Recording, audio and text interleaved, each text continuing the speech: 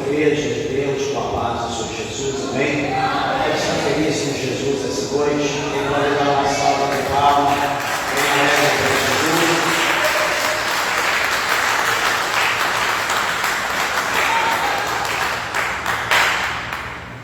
Glória a Deus. Meus irmãos, louvo a Deus pela vida de todos, que Deus, o Senhor, nos abençoe em Cristo. Tenho certeza que muito Deus já tem falado conosco em cada oportunidade, em cada louvor.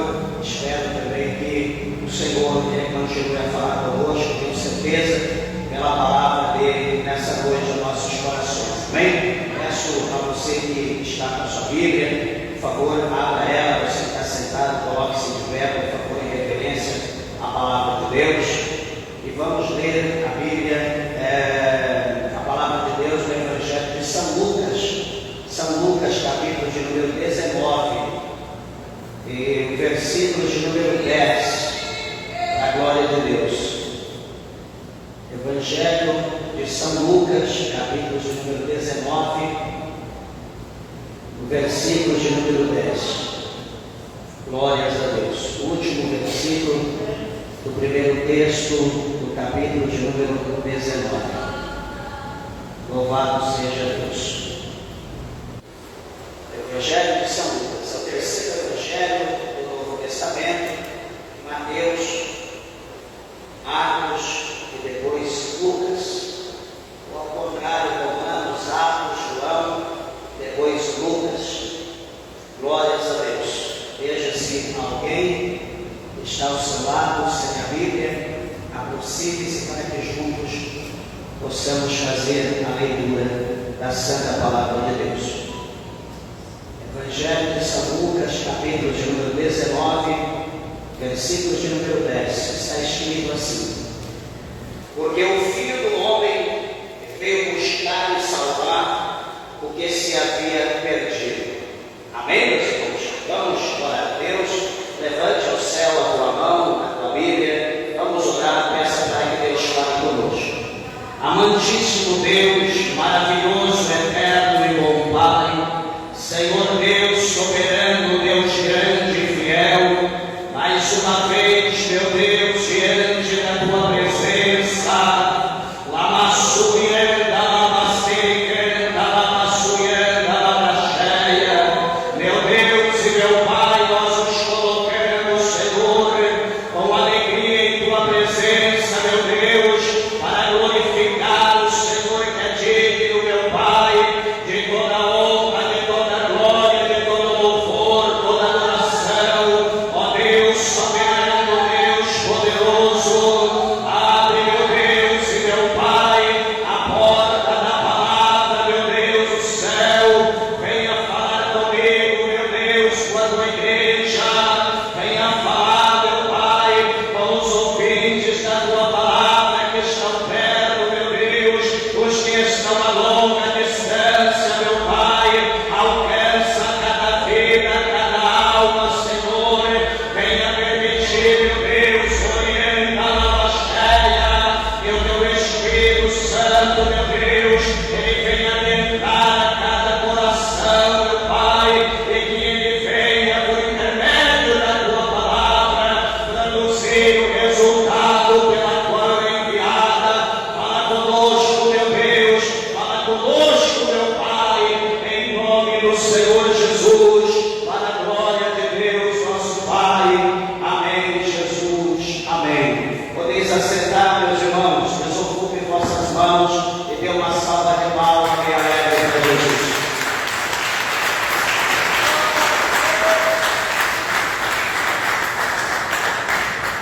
Glória a Jesus. Igreja, eu peço, por favor, toda a sua atenção, amém, em nome de Jesus, a palavra de Deus. Esteja atento, tenho certeza que o Senhor Jesus, ele tem uma mensagem ao nosso coração nessa noite. Serei breve, devido às horas que já se alongam, e vamos encerrar o horário em nome de Jesus Cristo. Meus irmãos, esse texto aqui que nós acabamos de ler o versículo, o texto de 10 versículos, fala acerca de um homem que ele era publicano, onde a Bíblia dá aqui o seu nome como Zaqueu, como nome, não o nome grego, mas o nome em hebraico. E Zaqueu, pelo seu nome, é conhecido como um homem correto, como um homem justo. Só que porém, havia aqui na ocasião, na ocasião aqui do texto, havia 3 cidades nessa época, que eram cidades que havia a sede dos colhedores de impostos. E entre elas, aqui está uma, na cidade de Jericó, na região de Jericó havia uma, havia mais 2, enfim, a de Jericó. E cada uma havia um líder responsável pela colheita dos impostos na região. E Zaqueu, ele era, como a Bíblia diz aqui para nós, ele era um dos chefes daquele lugar, era o chefe. Então ele tinha um poder muito grande. E se coletava imposto, por exemplo, de toda a mercadoria que vinha de outras terras, de outros lugares distantes, tudo que passava ali por Jericó, ele escolhia o imposto daquilo que passava por ali. E também as pessoas ali que produziam as coisas, tudo que era feito, pagava imposto, como hoje se paga também. E o imposto que era colhido ali era destinado ao governo de Roma. Então, na verdade, Zaqueu, ele trabalhava para o governo de Roma. E ele era chefe de outras pessoas também, como nós conhecemos, principalmente na questão do Evangelho de Mateus, que fala de outro publicano que chamava-se Levi, e que é conhecido como Mateus, que foi o próprio autor do Evangelho de Mateus, aquele que Jesus chamou, que estava na alfândega lá cobrando, e Jesus então chama ele, deixa lá o seu posto, então ele vai servir Jesus. E Zaqueu, ele era um chefe, ele era um líder, não ficava ali sentado, ele só era responsável, só ordenava, enfim. E a Bíblia diz que, em meio a essa situação, esse Zaqueu, sendo chefe, ele era um homem muito rico. Por que era rico? Porque os cobradores de impostos, por exemplo, os chefes, eles eram ricos porque havia um percentual, uma quantia que cobrava para o governo de Roma. E geralmente aqueles que não tinham temor a Deus, aqueles que tinham o coração voltado para as coisas erradas, como sempre tem pessoas que têm o coração voltado por ele, do outro, tinha alguns também que era para cobrar um percentual, eles cobravam um percentual a mais. E na hora de acertar com o governo de Roma, ele somava uma coisa, tirava o percentual que era para Roma e o resto ele embolsava. Então esses homens tinham muito dinheiro, eram muito ricos. E por causa dessa situação, eles ficavam licitamente arrancando do povo judeu, do seu próprio povo. Então, a palavra do Senhor mostra para nós que o povo judeu, eles tinham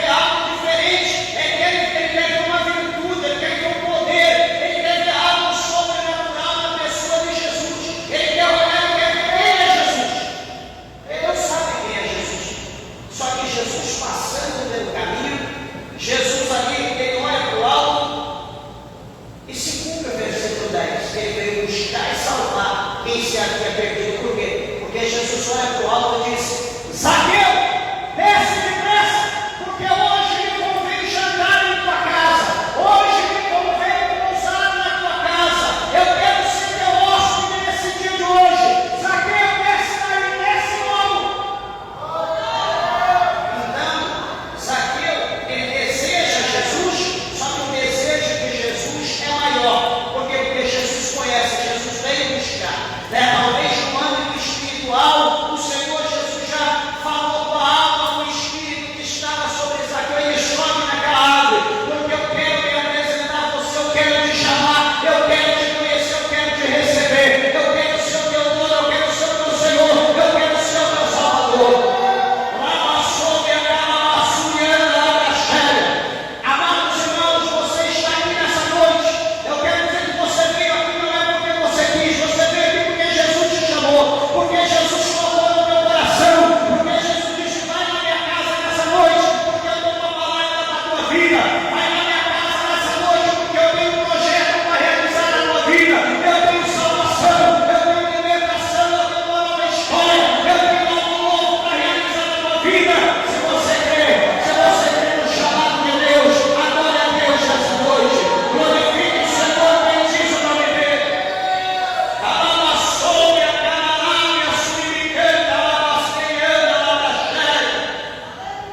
Oh, meus irmãos, o interessante é que a Bíblia diz que Zaqueu vai depressa. Zaqueu ele desce, escorrega, ele arruma um jeito, ele desce lá. E a Bíblia diz então que o Senhor Jesus ali o recebe de uma maneira alegre, recebe de uma maneira jubilosa. Ali há um abraço, ali há uma troca de afeto, de carinho. Talvez Jesus dá um beijo, ali é aquela coisa gostosa, aquele abraço de Jesus, que ali tudo aquilo que havia no coração de Zaqueu, talvez todo ódio, tudo que não provia de Deus, naquela hora foi derretido. É Deus abençoe, porque a Bíblia diz para nós que os montes se derretem como cera diante da presença do Deus de toda a terra, do Senhor de toda a terra. Imagina se os montes derretem, imagina o coração do homem na presença de Jesus. E a palavra de Deus mostra para nós então que há aquele encontro, aquela comunhão, e Zaqueu então ele recebe Jesus. Jesus vai para a casa de Zaqueu.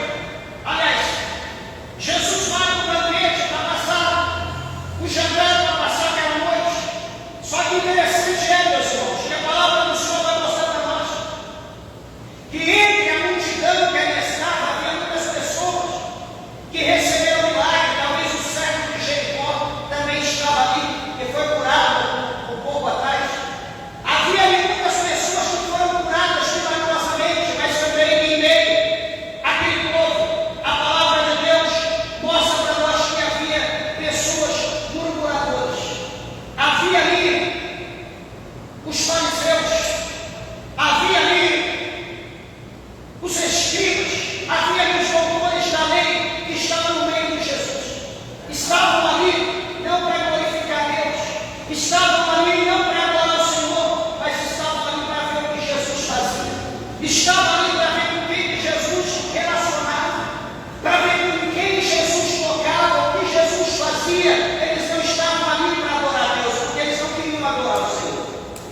Deixa eu dizer uma coisa, você sabia que tem gente no nosso meio, tem pessoas que se reúnem conosco, que também é da mesma maneira.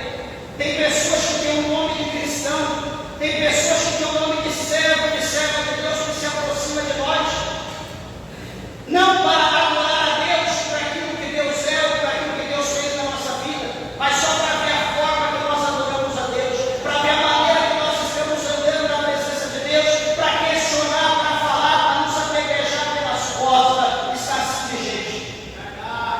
Os fariseus, os escribas, os doutores da lei nunca morreram. Eles ainda continuam, os espíritos deles continuam na terra.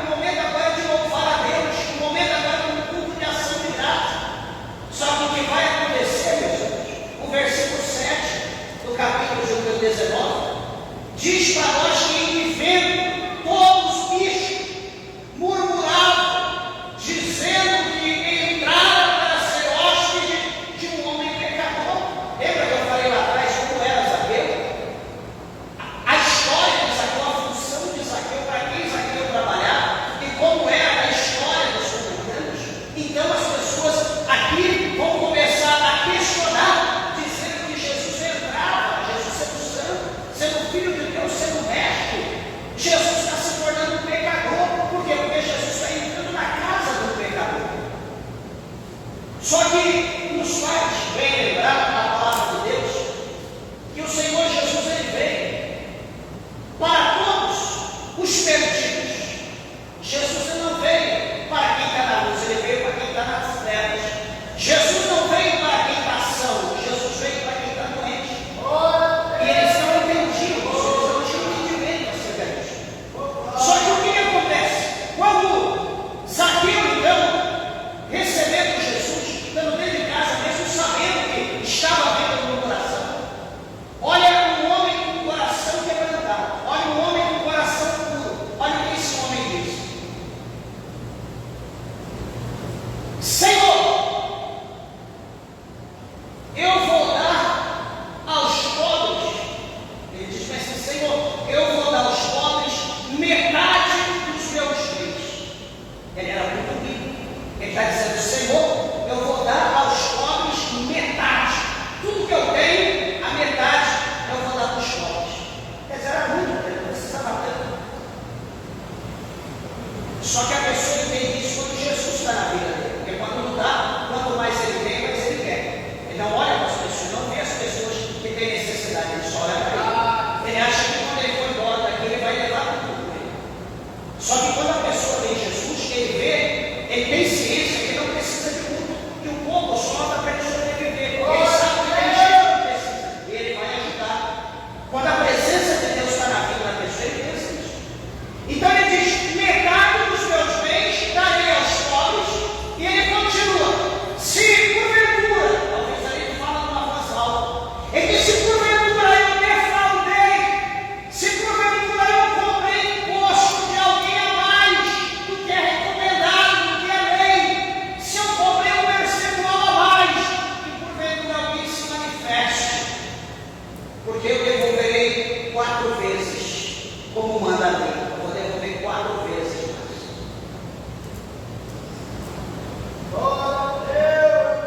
Será que o coração desse homem estava quebrado? Será que Jesus pôde mudar o coração desse homem?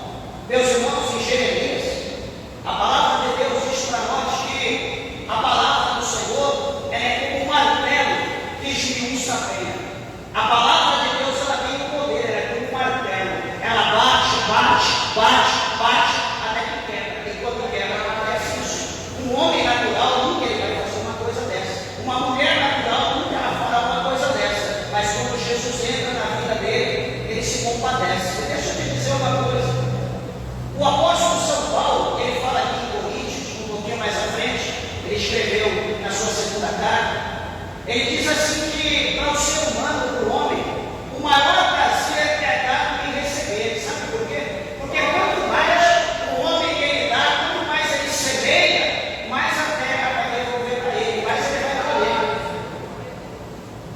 E às vezes a gente não pensa isso, a gente só quer guardar. Mas quanto mais a gente semear, mais espaço nós teremos que ter, porque mais nós vamos colher. Quanto mais semearmos, mais nós colheremos. Assim diz a palavra do Senhor. Às vezes nós queremos colher, mas a gente não quer semear. E veja que Zaqueu, ele diz isso: eu vou dar metade de tudo que eu tenho e vou devolver 4 vezes mais se eu defraudei, se eu tirei a mais de alguém segundo o que ordena a lei. Quando ele fala dessa maneira, o Senhor Jesus Cristo vai olhar e vai dizer: hoje veio salvação nessa casa, porque este também é filho de Abraão. Jesus vai ver, a Bíblia mostra aqui para nós que Jesus não ensina, Jesus não prega, Jesus não dá um ensinamento acerca do que Zaqueu tinha que fazer. Mas a presença de Jesus quebrou o coração de Zaqueu. Quebrou, porque Zaqueu fez exatamente o que tinha que fazer. E Jesus disse: hoje veio salvação nessa casa, porque verdadeiramente esse homem, ele é filho de Abraão. Por que filho de Abraão? Porque ele viu. Abraão foi nosso pai na fé. Abraão ouviu Deus, e ele ouviu a voz de Deus e fez tudo quanto Deus mandou. E nós somos sementes, somos servos de Abraão pela fé, filhos de Abraão pela fé. Só que, meus irmãos, o nosso versículo 10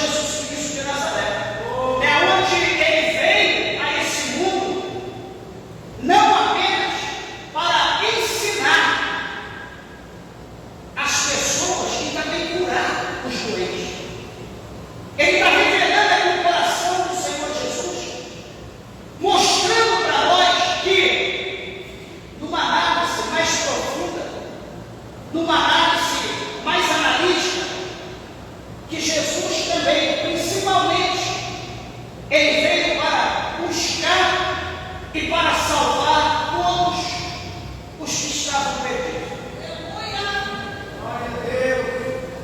Veja que tem uma situação. Jesus veio ensinar e veio curar. Muitas das vezes hoje se prega a cura, se prega a fé.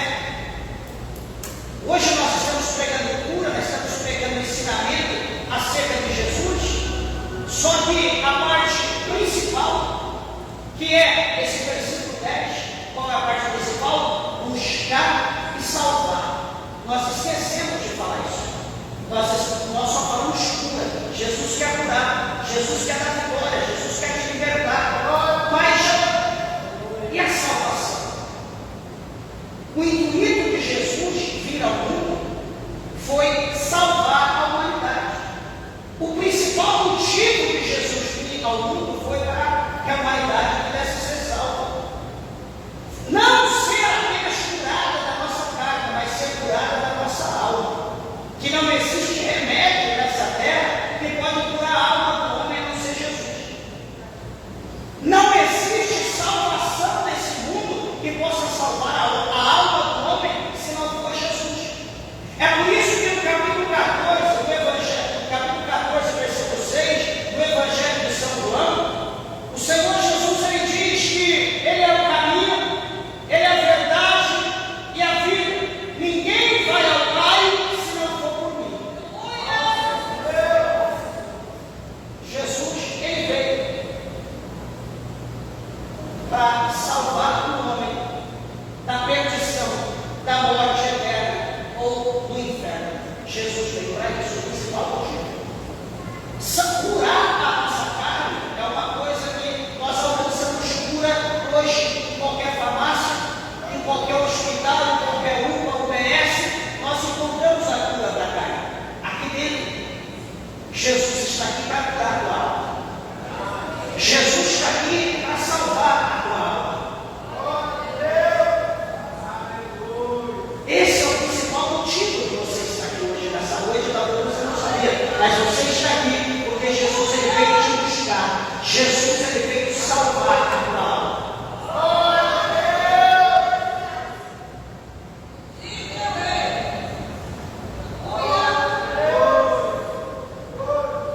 Meus irmãos, o primeiro ponto acerca desse versículo 10 vai falar acerca da natureza do perdido.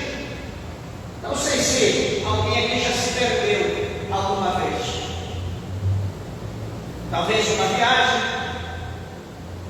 talvez uma floresta, talvez no mar, no barco, talvez no lago. Certamente todos aqueles que se perderam e estão perdidos, essa pessoa nunca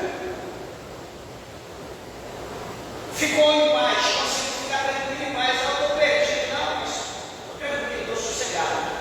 Geralmente quando a pessoa se perde, a pessoa tem aquela sensação de pavor, a sensação de nunca mais ser achado, a sensação de que talvez vai morrer, que talvez está indo para uma cilada, que talvez está indo para um abismo, que talvez tenha um leão, talvez tenha um bicho, talvez tenha uma serpente, talvez tenha um bandido, talvez o caminho vai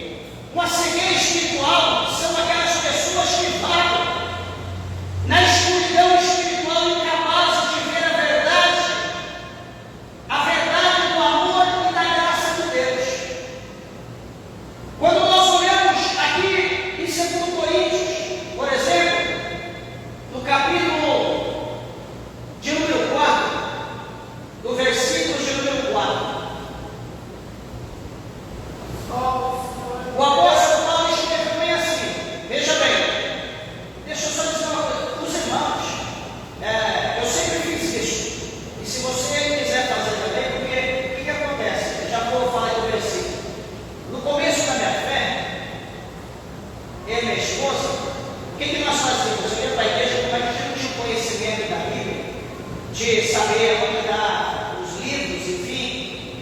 E o que eu fazia? Eu sempre levava um caderno, um pedaço de folha, e quando o pastor falava o livro, eu anotava ali o nome, o versículo, o capítulo, e cheguei em casa e ia ver.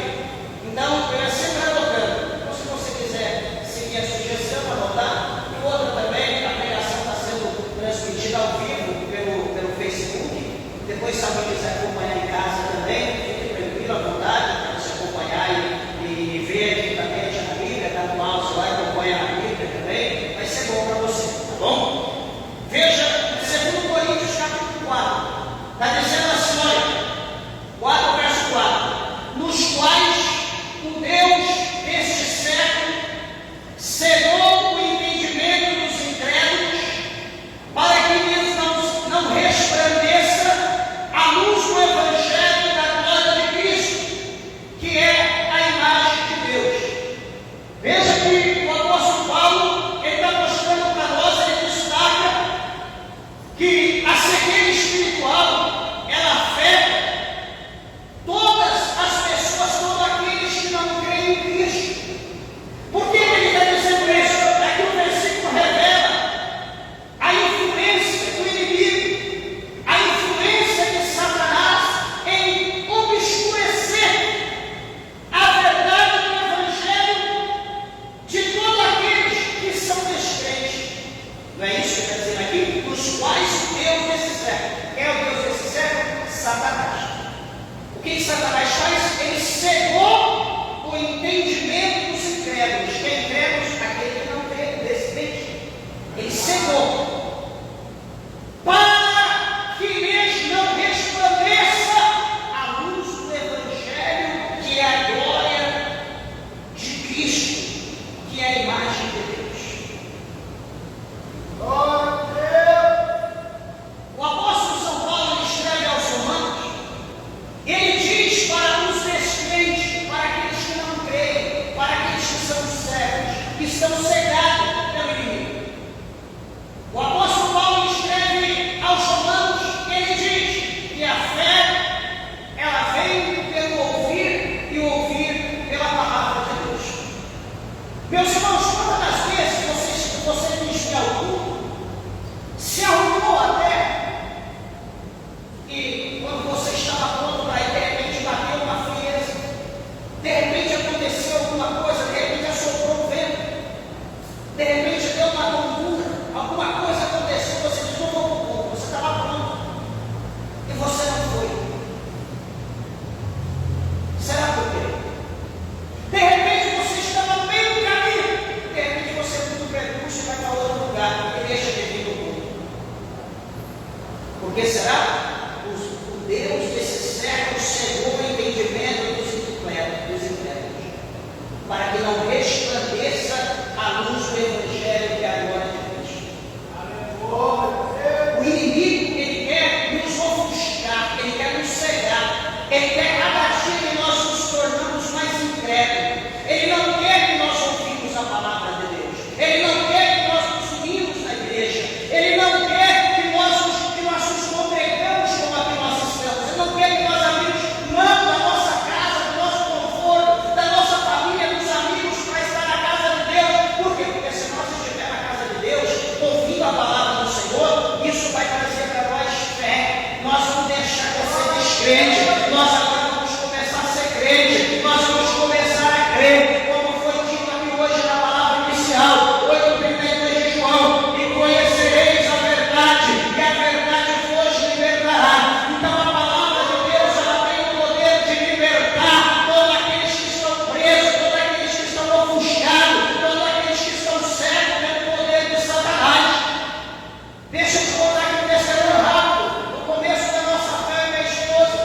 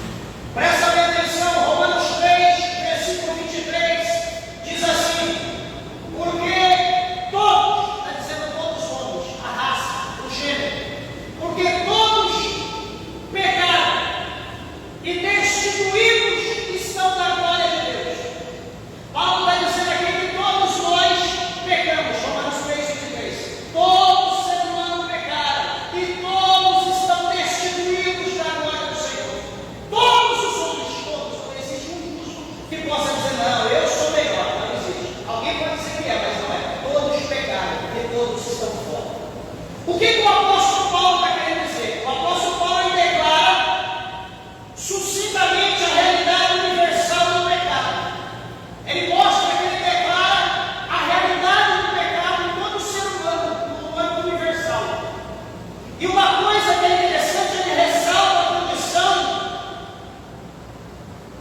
humana de todo indivíduo, sem exceção, que é culpado de pecado e fica aquém do padrão perfeito do nosso Deus. Não existe ninguém nessa terra que seja perfeito, que dá para comparar ao padrão da perfeição de Deus. Deus é o padrão e nós somos os demais. Perfeito só é Deus. Por isso, que tanto no Antigo Testamento quanto no Novo Testamento, a Bíblia diz que Deus ele é santo e, portanto, todos aqueles que se acheguem a Deus, santifique-se, abandone o pecado. É impossível nós querer andar com Deus, servir a Deus da forma que nós somos quando nós estamos no mundo. Então, quando nós viemos com a presença de Deus, nós temos que procurar nos aperfeiçoar. Ele é o padrão e nós temos que estar de olho nele. Lembra que nós pregamos no último culto? 1 Coríntios capítulo 11, verso 1, Pedro, o apóstolo Paulo diz: sede meus imitadores, como eu sou de Cristo. Ele é o padrão, nós precisamos imitá-lo. Então aqui o apóstolo São Paulo está dizendo que todos pecaram e todos estão destituídos da glória de Deus, todos nós somos. Para nós não tinha um jeito, mas será que Deus vai nos deixar desse jeito? Não, preste atenção uma coisa: todos nós somos afastados de Deus. Os perdidos são aqueles que se desviaram do caminho da retidão, carecendo de um relacionamento pessoal com o seu Criador. Todos nós precisamos de um relacionamento pessoal com Deus. Veja aqui em Isaías, no capítulo 53, no versículo 6, aqui Isaías 53, versículo 6, diz assim: olha, todos nós, está falando aqui o gênero todo, todos nós, 53:6, todos nós andávamos desgarrados como ovelhas, cada um se desviava pelo seu caminho, mas o Senhor fez cair sobre ele a iniquidade de todos nós. Isso aqui, meus irmãos, é muito interessante, porque, veja bem, esse versículo prenuncia a obra sacrificial de Cristo lá na cruz do Calvário. Ela retrata a desobediência e rebelião da humanidade contra a vontade de Deus, comparando-nos como ovelhas desgarradas do aprisco do Senhor, como ovelhas que estavam no aprisco, que caminhavam com Deus, e de repente nós saímos pela tangente e precisamos novamente ter um encontro com o Senhor. Meus irmãos, a ovelha que está fora do aprisco, que está fora dos olhos de Deus, do pastor, que está fora do cajado do pastor, que está fora ali do cuidado, do amparo do pastor, ela está à mercê dos carrapichos, está à mercê dos buracos, do abismo, está à mercê dos lobos, está à mercê de tudo que não presta.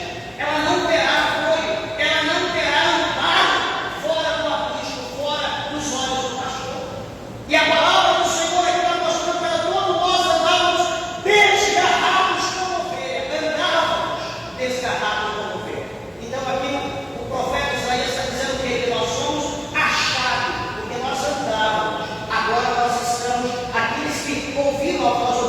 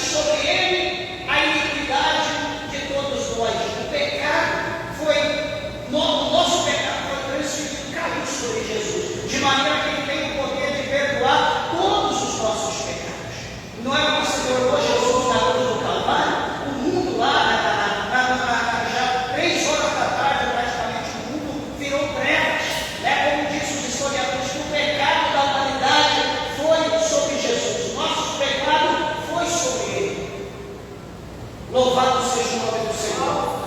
Amados e queridos irmãos, veja que a missão de buscar, a missão de buscar o perdido, de buscar a ovelha distanciada, essa missão de Cristo mostra para nós que Jesus inicia a busca pelos perdidos, demonstrando a iniciativa de Deus em alcançar a humanidade.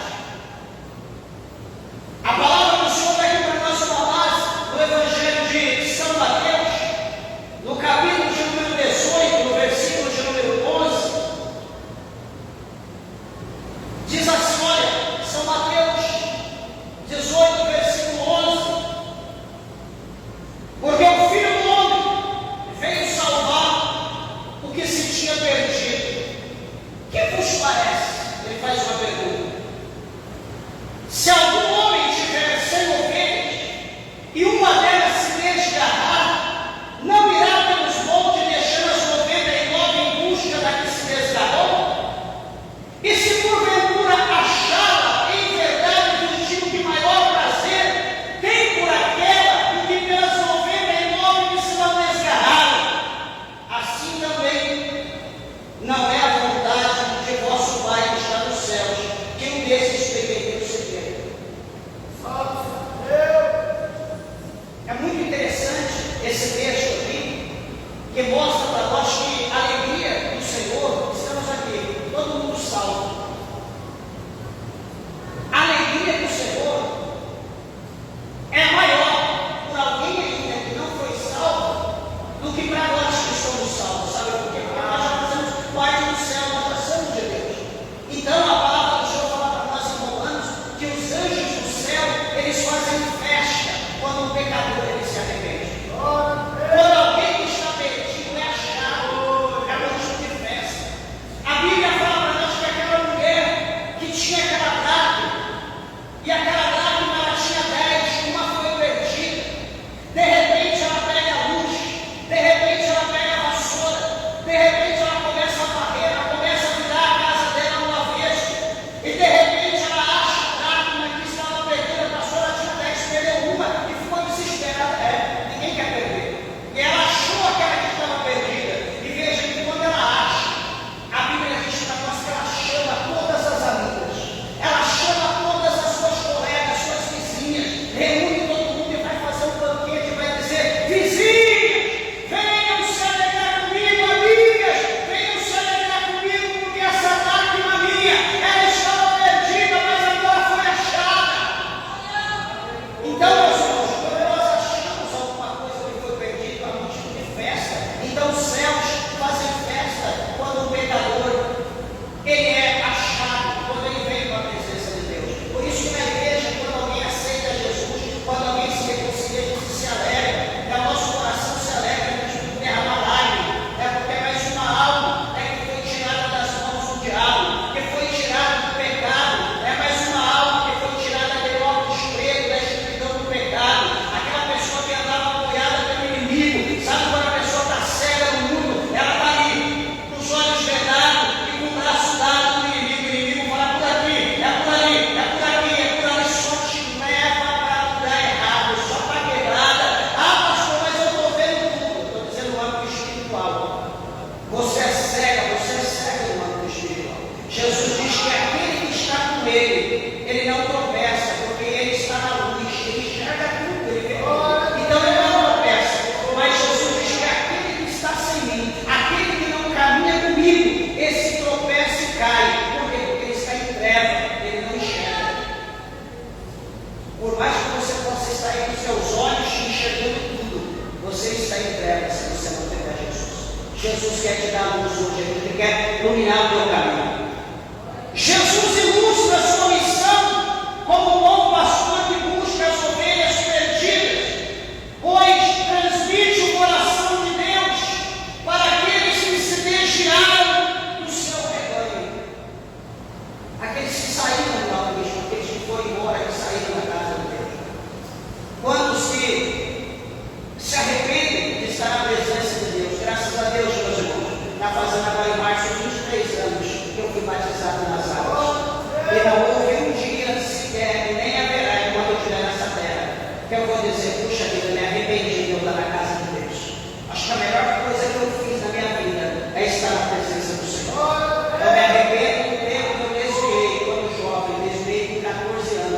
Fiquei até os 27 no mundo perdido, aprontando, fazendo de tudo no mundo, sendo instrumento do trono. Eu me arrependo. Às vezes eu lembro porque eu falo para Deus, dá para acreditar, o ser humano pode chegar aonde eu cheguei. E o diabo não tem misericórdia. Ele usa qualquer um do jeito que ele quer, porque ele não tem amor, ele não ama ninguém. Ele usa o máximo, da maneira que ele quiser, porque quem pode, ele vai usar. E no fim ele vai destruir, quer levar para o inferno. É por isso que a Bíblia diz que o diabo veio para matar, para roubar, para destruir.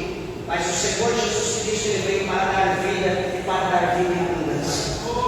Jesus veio para te dar vida, veio para te dar vida boa. Louvado seja o nome do Senhor.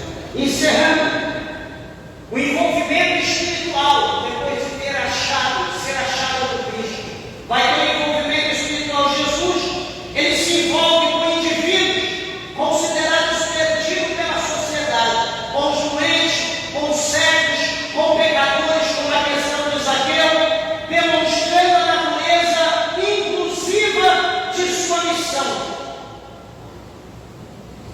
Qual é a natureza inclusiva da missão de Cristo?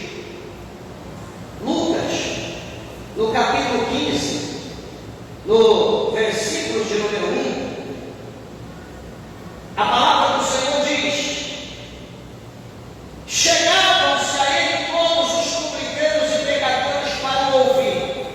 Veja, olha as pessoas que chegavam, publicanos e pecadores. Não deve chegar pessoas santas, pessoas boas, publicanos e pecadores.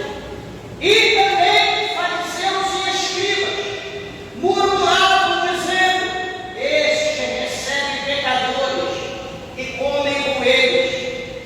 E ele lhe propôs essa parábola, dizendo: que homem dentre vós, tendo 100 ovelhas, e perdendo uma delas, não deixa no deserto as 99, e vai após a perdida até que venha a achá-la, e achando-a põe sobre os seus ombros jubilosos, e chegando a casa convoca os amigos e vizinhos, dizendo: alegrai-vos comigo, porque já achei a minha ovelha perdida. Hoje no versículo 7. Digo-vos que assim haverá alegria no céu por um pecador que se arrepende, mais do que por 99 justos que não necessitam de arrependimento.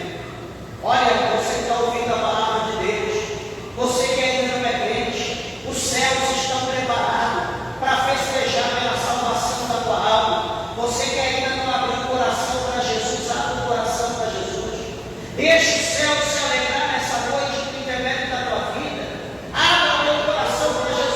Senhor, estou aqui, estava perdida, mas eu vou conduzir a tua casa. Senhor, estou aqui agora. Eu quero que o Senhor entre, pois abriu o meu coração. Quero que o Senhor entre e faça morada na minha vida, Senhor.